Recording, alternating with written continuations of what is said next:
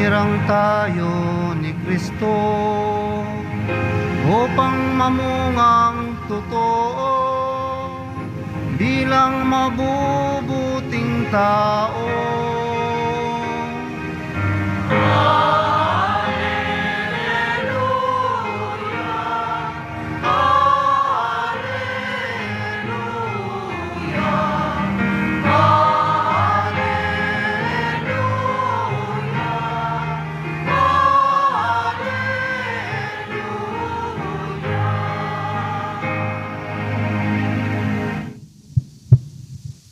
Sumainyo ang Panginoon. At sumaiyo rin. Ang mabuting balita ng Panginoon ayon kay San Mateo. Papuri sa iyo, Panginoon. Noong panahong iyon, sinabi ni Jesus sa mga punong saserdote at matatanda ng bayan, "Pakinggan ninyo ang isa pang talinghaga. May isang taong nagtanim ng ubas sa kanyang bukid at ito'y binakuran niya. Gumawa siya roon ng pisaan ng ubas at nagtayo ng isang mataas na bantayan. Pagkatapos kanyang iniwan sa mga kasama ang ubasan at siya'y nagtungo sa ibang lupain. Nang dumating ang panahon ng pitasan, pinapunta ng may-ari ng ubasan ang kanyang mga alipin upang kunin sa mga kasama ang kanyang kaparte. Ngunit sinunggaban ng mga kasama ang mga alipin. Binugbog nila ang isa, pinatay ang ikalawa, at binato naman ang ikatlo. Pinapunta uli ng may-ari ang mas maraming alipin, ngunit gayon din ang ginawa ng mga kasama sa mga ito. Sa kahuli-hulihay, pinapunta niya ang kanyang anak na lalaki. Igagalang nila ang aking anak, wika niya sa sarili. Ngunit nang makita ng mga kasama ang anak, sila'y nag-usap-usap, "Ito ang tagapagmana. Halikayo, patayin natin nang mapasa atin ang kanyang mamanahin." Kaya't siya'y sinunggaban nila, inilabas sa ubasan at pinatay. Pagbalik na may-ari ng ubasan, ano kaya ang gagawin niya sa mga kasamang iyon? Sumagot sila, lilipulin niya ang mga buhong na iyon at paalagaan ng ubasan sa ibang kasama na magbibigay sa kanya ng kaparte sa panahon ng pamimitas. Tinanong sila ni Jesus, "Hindi pa ba ninyo nababasa ang talatang ito sa kasulatan? Ang batong itinakwil ng mga tagapagtayo ng bahay ang siyang naging batong panulukan. Ginawa ito ng Panginoon at ito'y kahanga-hanga. Kaya nga, sinasabi ko sa inyo, hindi na kayo ang paghaharian ng Diyos, kundi ang bansang maglilingkod sa Kanya ng tapat." Ang mabuting balita ng Panginoon. Pinupuri ka namin, Panginoong Hesu Kristo. Magsiupo ang lahat. Isang magandang hapon po sa inyong lahat. Palapakan natin ang Poong Jesus Nazaren. Kamusta po? Kamustahin nyo nga yung katabi ninyo? Pag sinabing, kasi ngayon, no, para bang sa tuwing nagtitipon tayo sa banal na misa, kinakamusta tayo ng Diyos. So kung kakamustahin ka ng Diyos, ano ang sasabihin mo? Ano ang ire-report mo? Ano ang mga kwento mo? Dahil matapos ang buong linggo ng pagtatrabaho, paggawa natin, kasi lahat ng gawain natin ay nagiging daan o paraan ng paglilingkod natin sa Diyos. So, kamusta ang paglilingkod mo sa Diyos?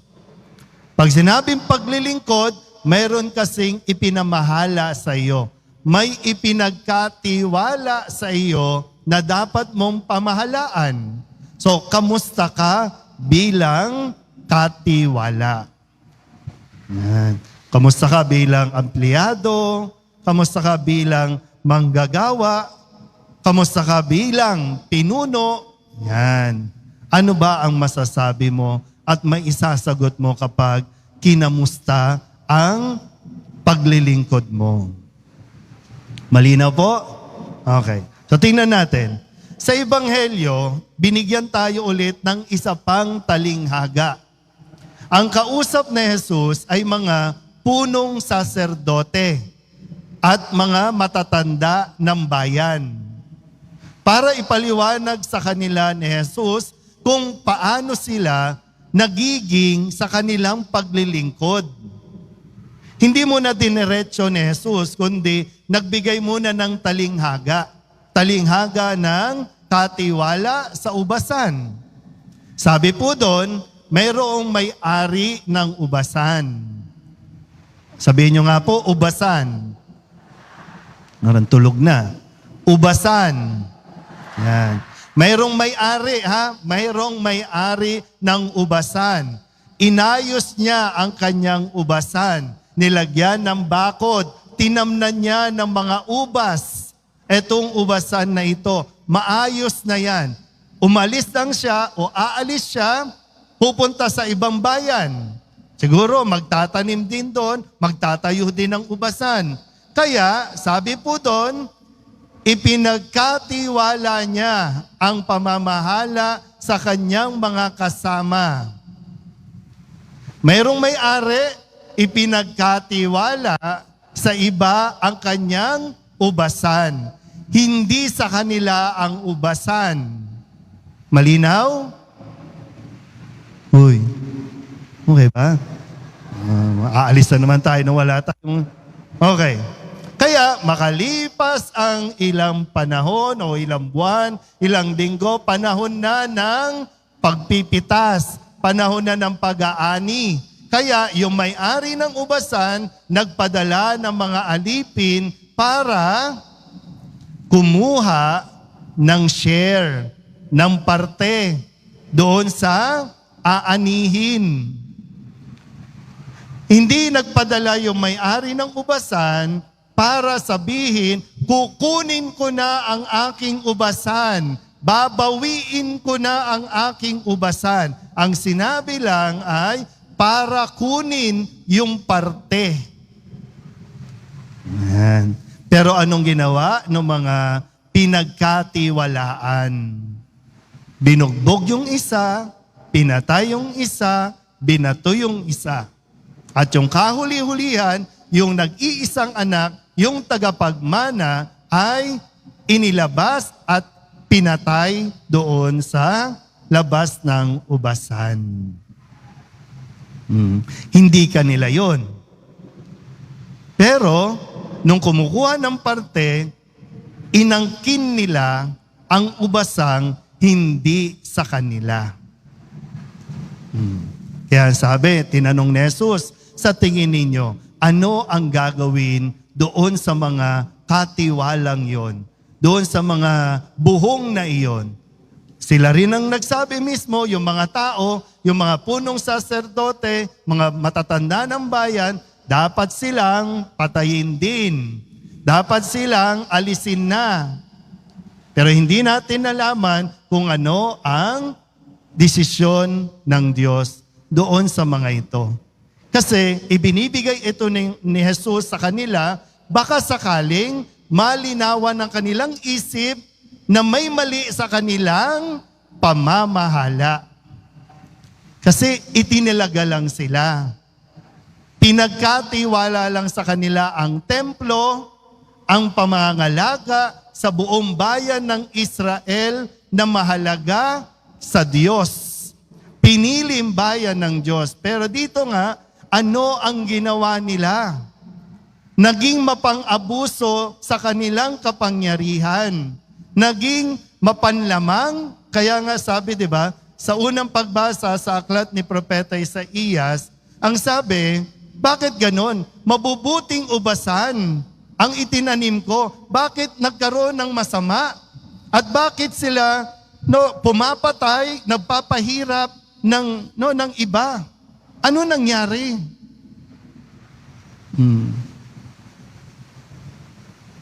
Okay pa ba tayo? Yeah. Sige. Kaya, tingnan natin, no? Anumang mayroon tayo, tandaan niyo po ha, anumang mayroon tayo, pari, mapa sa gobyerno, mapa sa simbahan, lahat na natin dito, wala tayong po pwedeng angkinin at sabihin, akin ito. Kasi lahat ng mayroon tayo, pag-aari ng Diyos, ipinangangalaga, ipinamamahala lang sa atin. Hindi atin ito. Ano bang pakiramdam mo kapag may isang tao na ipinagkatiwala sa iyo ang kanyang ari-arian? Ano bang nararamdaman ng isang tao pag ganon? Di ba masarap sa pakiramdam? May nagtitiwala sa akin. Sabihin nyo nga sa katabi ninyo, huwag mong sirain ang tiwala ko. Sige nga. O, sira na. Sira na agad. Pero di ba, pangalagaan mo, protektahan mo, ingatan mo ang tiwalang ibinigay sa iyo. Huwag mong sisirain dahil lamang sa personal mong adhikain, dahil lamang sa personal mong hangarin. Lalo't lalo na, huwag mong sisirain ang tiwalang ibinigay sa iyo dahil lamang sa pera.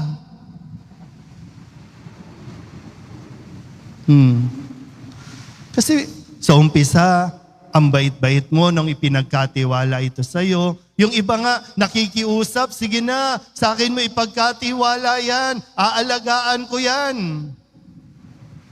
Pero nung naibigay na ang kapangyarihan, nung binigay na ang posisyon, lumaki na ang ulo, yumabang na, nakalimot na, yung mismong nagbigay, hindi na pinansin, kasi akin ito. Yan, di ba? Balikan natin yung kwento, no? Pinapunta ng may-ari yung alipin para kunin lang yung share. O, anong ginawa? Walang maibigay. Kasi nga, confidential po ito. Walang mai-report. Confidential na lang. Sa mga namumuno, hindi inyo ang Pilipinas.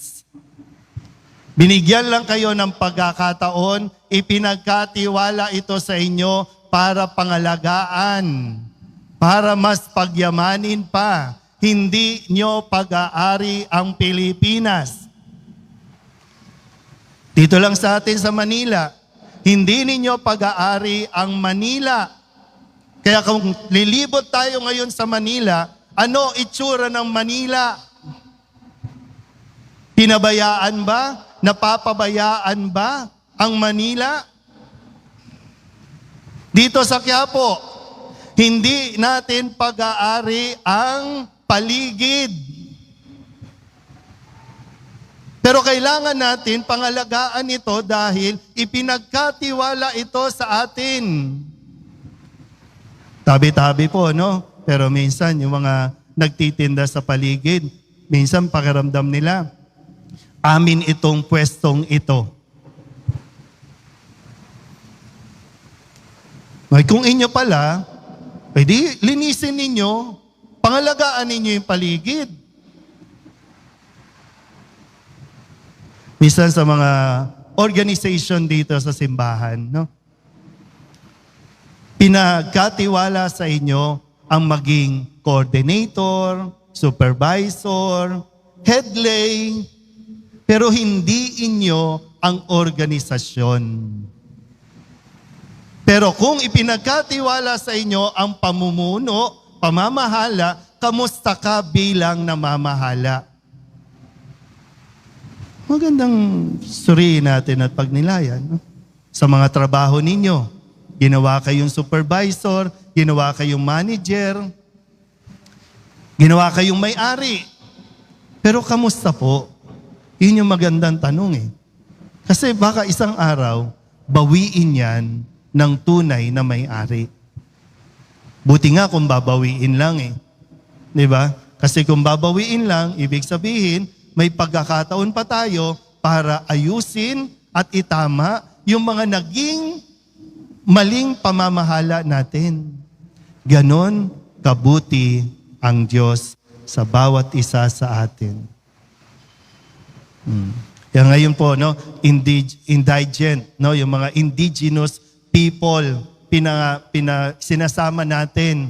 Yung mga nakatira sa kabundukan, yung mga tribo-tribo, na minsan nagagalit tayo. Bakit sila bumababa dito? Kasi sinisira natin yung tirahan nila. Kasi nga, may mga nag-iisip na mga tao, pag-aari namin ng bundok, pag-aari namin ng kagubatan. Kaya kinakalbo ang bundok, so yung mga nakatira, bababa dito.